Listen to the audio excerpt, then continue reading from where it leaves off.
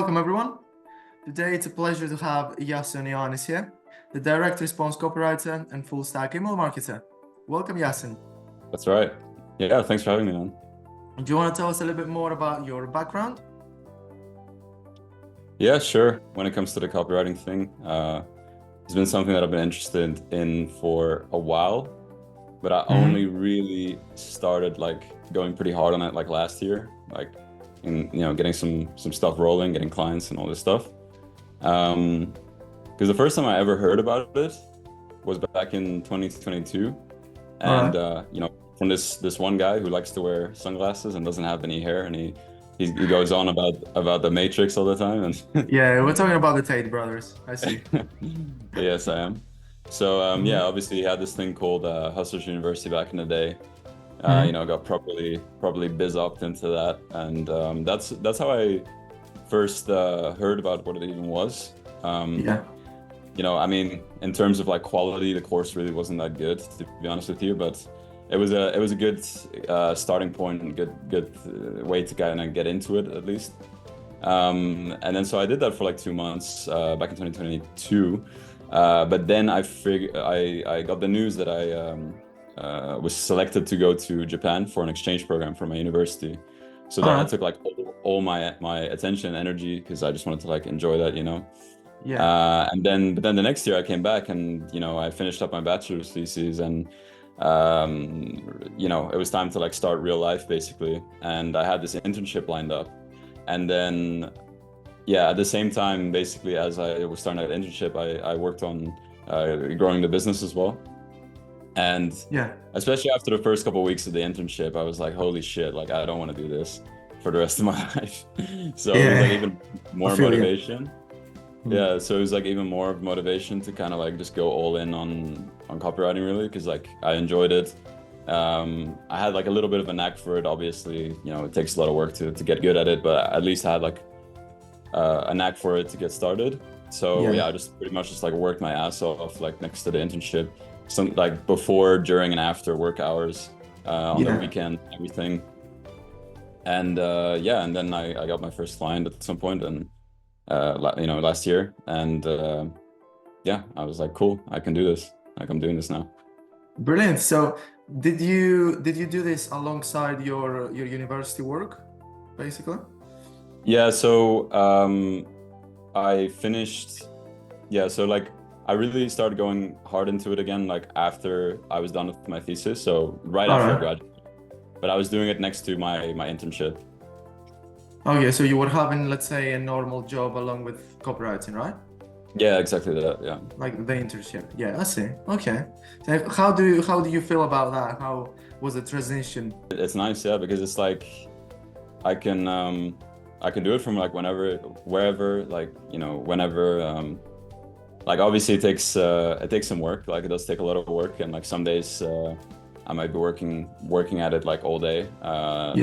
Some days I have some more time, because it's a very dynamic thing. Obviously having a business, so some days you have a shit ton of work, and some days you don't, unless you decide to, if you want to work on it.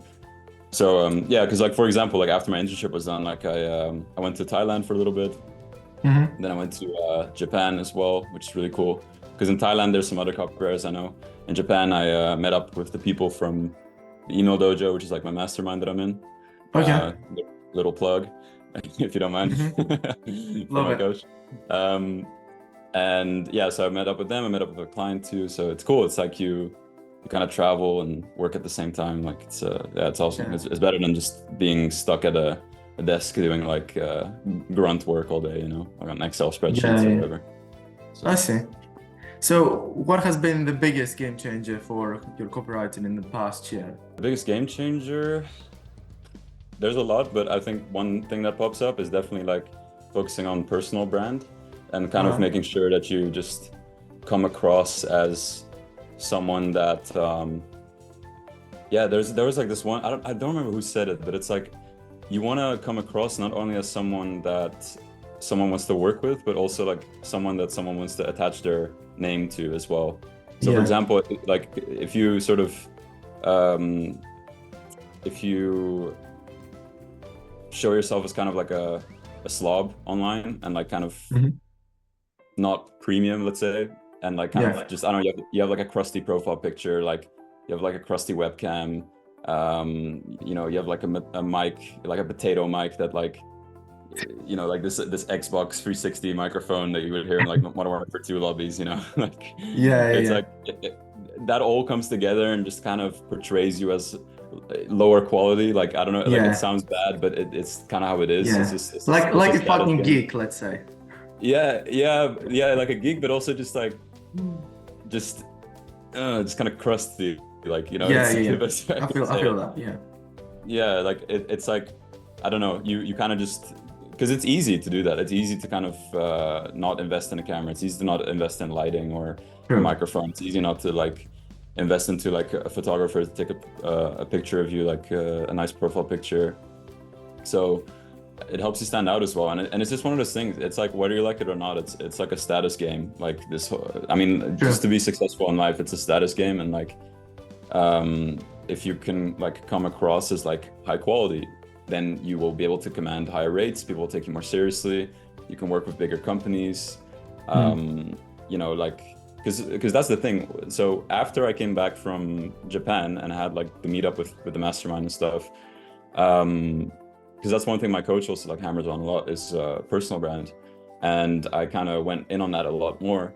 And so after I came back from Japan and started focusing on that more, you know, I managed to close like $1 billion fitness company and one Okay. and also the biggest provider of weight loss medication in the entire US. And the thing is like, would I have been able to like attract those type of clients like if I looked like, you know, any other person who just, I don't know, has like a random picture from them afar taken with a sweet Yeah. potato wearing like sunglasses or something where you can't even see their face? No, Yeah. I don't know. I don't think so, because they wouldn't have really taken me seriously. You know, it's easier for me to like plug into a high quality company if I sort of look high quality as well, you know. True. Yeah, I see. I see. I see what you're talking about. So, is there a mistake that you made in the past year? Was that actually the mistake before you started landing the clients? Um, Or there is another one that you want to focus on? well, I would say that's more of like a game changer, not like a mistake. All Like, right. but in terms of a mistake, I mean, there have been a lot for sure, because, you know, as you know, you have to fail, like to obviously get to where you 100%. go. Yeah. Yeah, if I need to think of one, like, well, yeah, it's probably one of the mistakes. Yeah, I mean, like, because I remember, for example, when I was in Thailand, like, at some point I didn't have like access to lighting or a nice webcam, for example, and I was like in like kind of like a little cheap apartment, and it didn't, you know, it looked like a dungeon basically in my background.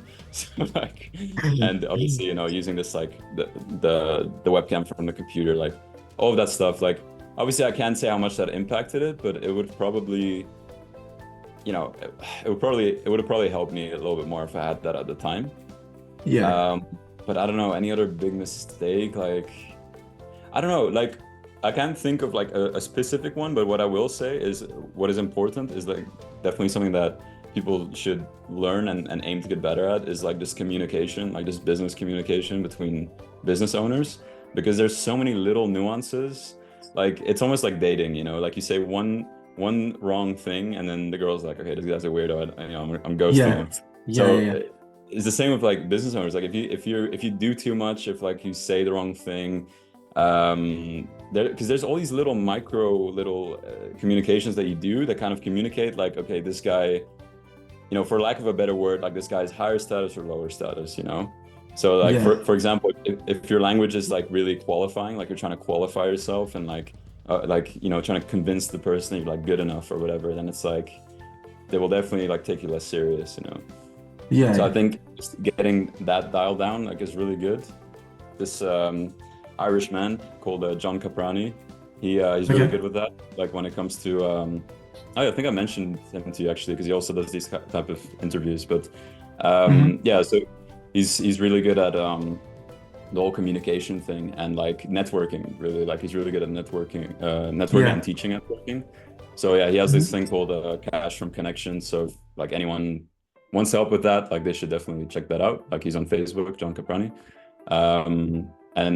Yeah, so that really helped me out as well, because it kind of goes into the personal branding, I think, as well, like being able to communicate properly and things like that. Because I've definitely made like little mistakes where I said something that, like, you know, in hindsight maybe came across as weird, or like came across as Yeah. like doing too much, you know, like, you know, writing like a 3-paragraph message that could just be like 3 sentences, you know, and then it just comes Yeah. across really like you're just doing too much. So like, yeah, I'd say probably mistakes in that sense.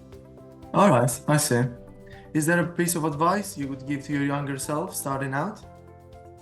Yeah, for sure. Like, I would definitely say like getting some sort of mentorship like earlier, like, and like high quality mentorship. Okay. Because yeah, the first like sort of more expensive mentorship that I invested in, because obviously like Hustlers University was like $50 a month. Yeah. And the first like more expensive one was like 4K, you know, and it was like Yeah. really, really scary for me at the time, because it was like the first time I spent like that much money on anything. Yeah. And obviously there are scams out there, so definitely do your research. But like True. it was a good decision in hindsight. I got a good ROI on it, let's say. Mhm. So I would say just like invest in mentorship, because it's like, yeah, it's, you know, for example, with me, like coming into this sort of like internet business game or whatever, I really didn't know anything about it. And Yeah. could I have figured it out myself? Like probably, but probably a lot slower, and probably in a less like, just, I don't know, not as good as I would have done if I would have learned stuff from people who already have like a bunch of experience. Yeah. It's like a shortcut basically, I think. So I definitely say Wow. like invest in mentorship and stuff, and just being able to be like close to people who have already done what you want to do and who are living the life that you want to live. Don't listen to people who don't have the life that you want to live. It's just pointless, because they don't know how to do it, because otherwise they would be living that life. Exactly. I would say that, and that kind of ties into another one where it's like take more risks earlier on, especially if you're younger. I mean, like, I don't know if anyone's listening to this who's like in their early 20s, or like an adult, or like late teens or something. It's like, dude, you have like nothing to lose really, especially if you're like still living with your parents or something. Yeah. Or you know, like your financial situation, like you have like a nice still financial net or whatever, then like just do it. It's like, who gives a fuck? Like honestly, like it's one of those things where if you in 10 years you look back and for whatever reason it was a waste of money, whatever, like let's say it was a waste of money, or yeah, and you look back and like when you're like 30 or something, it's like, will that couple of grand really affect your life in the larger scale? Like, no, not really. Like you'll make it back. Not really. That's like it's like 1 or 2 months of a 9 to 5, so it's like you can just get it back and like start again. So just take more risks like earlier on. And I would say just like, I mean, this is a really cliche one, but just like don't, like just follow like your curiosity and just go for it, and like don't really listen to what other people think you should do. Because I had a lot of people who thought I should do other stuff, you know, and a lot of people who, you know, like when I first started out and doing some of this, like, I don't know, but like in the very beginning, I made like those like shitty posts where it's like, oh, top 5 things you should never do. I don't know, with like your email or something, but it was like it wasn't even like shitty. It was just very like basic, you know, like those like carousels and stuff. But yeah, so when I started doing that in the beginning, you know, I had people who were like kind of like making fun of me, and who were like kind of even asking me if I was like scamming or whatever, because, you know, in Europe, like people are very, they don't really get the whole internet marketing thing. They immediately I get you. online. Do you know what I mean? So like, I 100% feel that. Yeah, exactly. Like I even had like one guy, like even though it was about copywriting, I had like one guy who asked me if this was a crypto scam. I'm like, bro, like how, like, where are you getting this from? Yeah, it's like, I didn't mention any crypto or any Forex or whatever, but yeah, it's like a reflex or something where it's like, oh, it's online, it's a scam or whatever. But like I had that, yeah, I even had a guy who was telling me to like stop the sales shit and go back to making music, because I used to sell like beats online. And so all this stuff. So it's like in the beginning, you're gonna have people who are like, you're gonna have like naysayers, you know, like you're gonna have people who, because nobody gets it. So like I kind of understand it, because like nobody gets the vision, only you get the vision.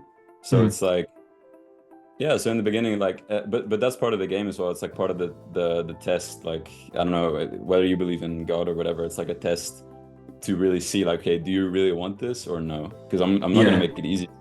But if you really want it, then you'll just do whatever it takes, right? So it's like one of those tests. Because like in the beginning, it's like, you know, you'll have people doubting you and stuff. But then once you start seeing some success, then more people will be like, oh yeah, I see you're doing that copywriting thing, or like the business is going well, right? Like, and then you start getting respect for it. So yeah, I don't know. I kind of went on a tangent there. I don't know where. Oh yeah, because I said, yeah, just do your own thing. Don't listen to people who haven't like really achieved what you want to achieve. And yeah, just go for it. Like, especially if you're young, like there's not really much of a risk in the long term. Yeah, I see where you're coming from. Okay, so let's move to the bonus section. There, I'll say a word or a phrase, and you must reply with the first thought that comes to your mind. Make sense? Sure, let's do it. Yeah, let's do it. So, first one, direct response copywriter. Persuasion. Email marketing. Deliverability. Cold outreach. Sucks. Client wins.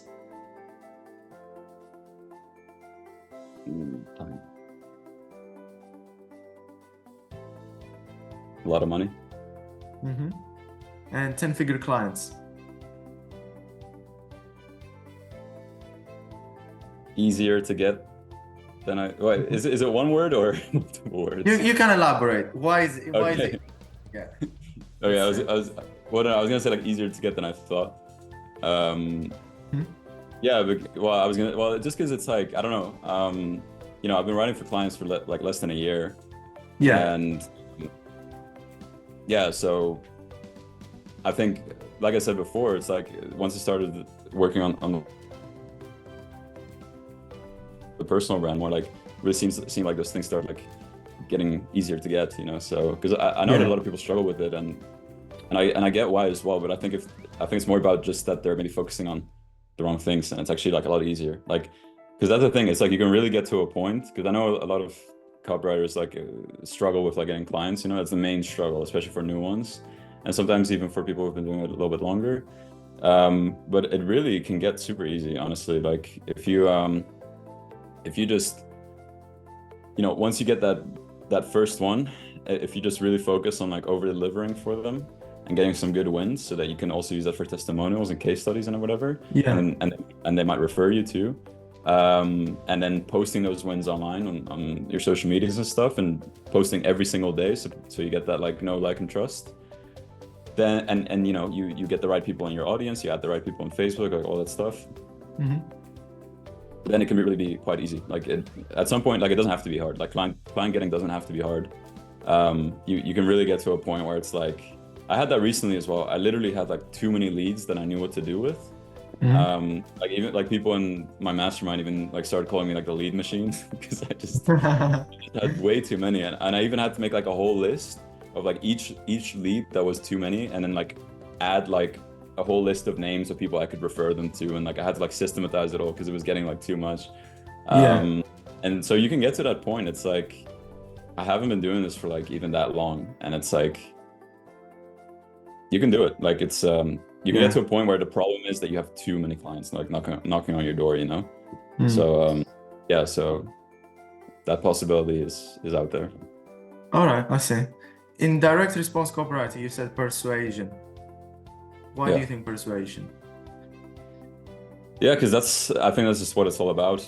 It's you know, whether it is to persuade someone to like click a link in your email so they go to like a sales page, or persuade someone to pull out their credit card and like give you thousands of dollars sometimes, you know, or whether it's to even, you know, with belief shifting, persuading them on an idea so that then after it's easier to persuade them to get them to invest in themselves. Yeah, Yeah, it's all about persuasion, really. It's yeah, that's just it. That's the name of the game. I see. And cold outreach. Is it suck? Sucks. Yeah, it sucks, and it's not necessary. I mean, I think in the beginning it can be very helpful, because it's like, yeah, because okay, I'll say this, like when I was getting like an overflow of leads, for me, what was really working well was like I was applying to a lot of gigs, and it's like Okay. I don't know if people call that cold outreach or not. Could be, I don't know. Maybe a little bit warmer because they're obviously like showing interest in like, hiring someone. Yeah. And because that's the thing as well. I'll say that too about like just client getting. I think it's good to just like experiment with different methods, whether that's Instagram cold DMing, cold emailing people with instantly, applying to gigs, going on like NHB job board, or like just job boards on Facebook or whatever. Yeah. Try different ones, see what works the best for you. For me, what ended up working the best was like applying to gigs. And yeah, I don't know. And at this point as well, I'm also getting like some inbound leads as well, which again, I think is due to the personal brand and showcasing like client results and showcasing like myself as well. So people kind of like know, like, and trust me. Yeah, so I don't know. I think cold outreach, it can be a very valuable tool. If you like it, go ahead, because there's probably some people who like it because there's like certain systems and stuff. But yeah, I don't know. I just don't like it. That's why I think it sucks. Yeah, I think most people hate it basically. Yeah. You're gonna have to be a psychopath to like that shit. Yeah. As you said, word for word, I would say that again, to be honest, brother. Yeah. Yeah. Any last words from Iason before we close the pod?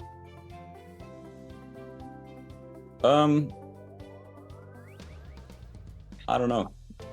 I think I've said most of the things that I want to say. I'd say, like, I don't know, if you're struggling or whatever with like starting up your business, or especially like with copywriting, because that's the only business I've really ran so far, apart from selling beats before, but whatever. Yeah. Yeah, there's gonna be like, okay, so there's this one concept that really made it a lot easier for me to just keep going when like it got tough, and that's like the success curve or something. And it's kind of it's like this curve, this sort of process that you have to like go through with anything that you want to be successful at. It doesn't matter what it is. And basically it starts with like uninformed optimism. So you find this new thing, for example, crypto. You're like, oh shit, like I just have to invest and then just sell, and it's like I don't really have to do any work and like whatever,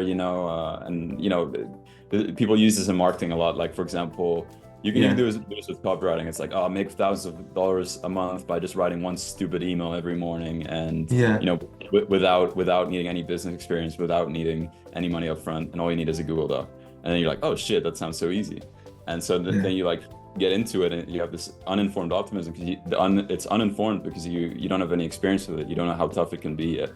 And then once you start like, running into walls and obstacles, you get informed pessimism, because it's like, okay, you're informed by the fact that it's like not that fucking easy, And then at some 100%. Point it gets so bad that you're like in the valley of despair, and you start getting the thoughts of like, oh, I don't know if I can do this. I don't know if this is for me. I'm not talented enough. I'm not good enough. I'm not creative enough. All this shit basically.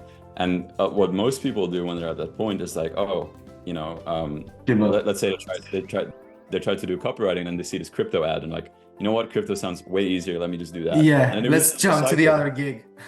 Yeah, exactly. And they restart the cycle, and then they'll have the same thing with crypto, and they get to the valley of despair again. So I think realizing that that's something you have to go through regardless really changed the game for me, because I was like, okay, if I'm gonna have to do that regardless, then like might as well just do it earlier than later. And so when I had those, so after the valley of despair, there's informed optimism, because you start getting wins, and then get more and more wins until you're like successful. And yeah, so it's like whenever I was in those valleys of despair, which I had a lot, and they really suck, like I get it, You Yeah. kind of have to be aware and mindful and be like, okay, this is normal. This is part of the process. And like, I get it. Like, this feels like shit. I'm getting all these thoughts, but like, I'm just gonna keep going anyway. Like, you kind of have to be a psychopath about Yeah. it. Like, just keep going anyway. You know. Exactly. But again, let's say that's for those few winners who will keep going no matter what happens, no matter what comes to their path. They're gonna just keep going, Yeah. Yeah. regardless. Not those fucking losers jumping from one gig to Yeah. the other Exactly. like it's Exactly. fucking chicks or something like that, you know? Yeah. Yeah. Because you'll be a loser. Like that's it. You'll be a Yeah. loser because you just because you gave up. So do you want to be a Yeah. loser? If you do, cool. Then you can give up. But if you wanna be a winner, then you like, it's gonna fucking hurt. Yeah, true. Love the pain. And to be honest, we Yeah. need the fucking losers. I mean, the only way to stand out, there's no light without dark, is it? Yeah, yeah. That's the thing. It's like it might sound bad, but it's like kind of makes it easier for Yeah. people who are willing to put in the work because it's like there's just less and less competition, So Yeah. yeah. That's it. Thanks so much, Iason, for being here. Thank you. Really enjoyed it. I really appreciate it. That was Iason, Ioannis, ladies and gentlemen.